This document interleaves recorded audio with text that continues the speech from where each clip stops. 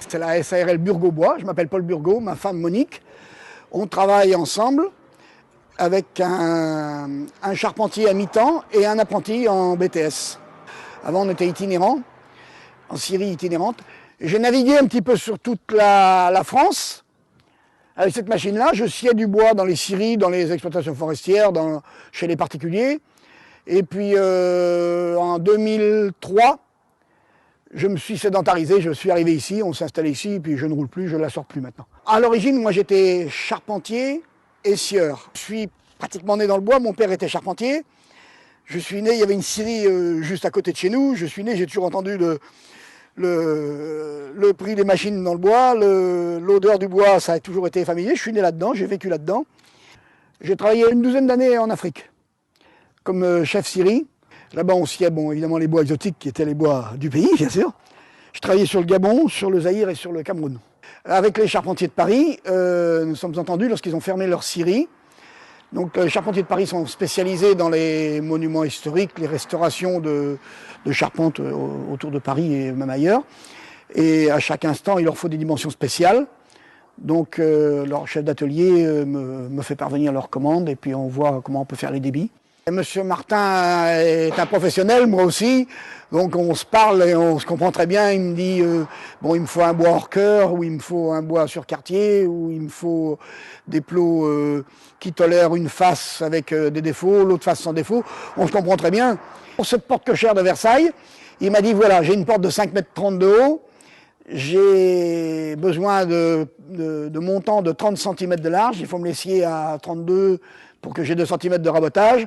En épaisseur, il faut que tu prennes du 150 parce que moi, il faut me les redresser parce que quand ils ont séché pendant une quinzaine d'années, comme ils ont fait là, les bois se déforment et on est obligé de les redresser un petit peu pour pouvoir sortir la section impeccable sur 5 mètres de long. Donc voilà des bois qui correspondent en gros à ce que je livre aux charpentiers de Paris. Il y a des petits qui me servent à faire des petites poutres, des gros pour faire des grosses poutres, ou des bois hors cœur. Quand il faut faire des bois hors cœur, on prend des bois assez jolis comme ça, on les refend, on prend des bois, on évite le cœur. Il y a toujours une fente sur le cœur d'un arbre, et pour éviter cette fente, on prend nos sections autour des bois. Comme là, des bois comme ça. Alors on est obligé d'avoir des assez gros bois pour faire ça. Ça se trouve que j'ai choisi, parce que ce sont des planches exceptionnelles, j'ai choisi des planches sur plusieurs billes, mais normalement on essaye avec une bille de bois, une bonne bille de bois, vous arrivez à faire une porte sans problème. Hein. Ce qu'on appelle une bille de bois, c'est la grume là-bas. Dans notre jargon, on appelle ça une bille de bois. Là, quand c'est scié comme ça, on appelle ça un plot. Si c'est resscié après sur les côtés, vous avez des pièces qui sont carrées ou rectangulaires, on appelle ça des avivés. D'accord ? Et si c'est resscié en petite largeur régulière, type 27 par 100 ou 27 par 80 mm, on appelle ça des frises. Ça sert plutôt à faire du parquet, la frise. Quand on a scié les bois, on les a laissés sécher dehors, ils ont cet aspect-là. Alors au-dessus, on y fait une petite planche fine pour la protection du bois. Et en dessous, bon ça c'était un 54 mm, ce bois-là a séché. Et comme je vous le disais tout à l'heure, quand on arrive dans le cœur, on a un défaut de cœur qui se présente tout le long de la bille. Donc pour nous, il faut prendre les largeurs sur la partie qui est bonne autour. Donc là, ce sont les bois que j'ai choisis pour faire cette fameuse porte cochère de Versailles. J'ai pris des bois qui, normalement, ces petits défauts-là devraient arriver à partir, que je puisse déligner à 320 de large. Et après, je vais les resscier sur les deux champs pour qu'en dégauchisseuse, ils puissent raboter. Alors un chêne comme ça, on peut dire qu'il a à peu près entre 80 et 100 ans. Donc le premier critère, il fallait que ce soit du bois sec. Le deuxième, il me fallait 5,30 m de longueur. Bon, il faut un peu plus. Le troisième, il me fallait que ça fasse fini 115 mm ou 120 mm. Donc il me fallait, moi, 2-3 cm de plus pour pouvoir faire le rabotage. Et qu'il n'y ait pas de défaut sur cette partie-là. Ça fait déjà beaucoup de critères, croyez-moi.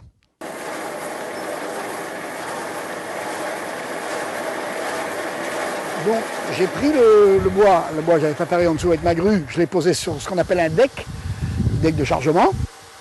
Bon, sur le chariot on le pince avec les pinces on appelle ça des griffes dans le jargon. Et puis il va passer dans la lame, je vais le rocier, je vais le retourner, je vais le rocier de l'autre côté et je vais le passer sur les champs aussi pour le nettoyer. Alors je l'ai fait en plusieurs étapes, je suis repassé parce que au départ je ne savais pas trop où allaient être les défauts. Il faut se garder une petite cote de secours. Tous les boutons, c'est tout par électromécanique. Hein. Les boutons, c'est tous des boutons électriques qui entraînent des moteurs réducteurs ou des vérins pneumatiques ou des vérins hydrauliques. Il y a beaucoup de terre dans du bois, dans des grosses sections comme ça. On estime un rendement matière qui ne dépasse pas les 30%, même 25% dans certains cas. Voilà, ça c'est le bois. Le bois, c'est le bois.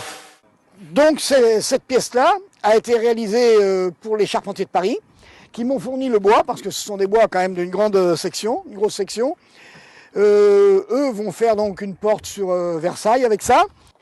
Oui, donc j'éprouve une certaine satisfaction à faire des pièces pour les charpentiers de Paris qui travaillent les monuments historiques.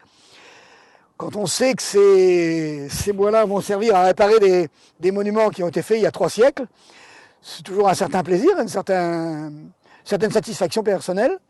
Et puis, quand on voit ces choses-là, c'est quand même, quand c'est fini, c'est vraiment du très beau travail.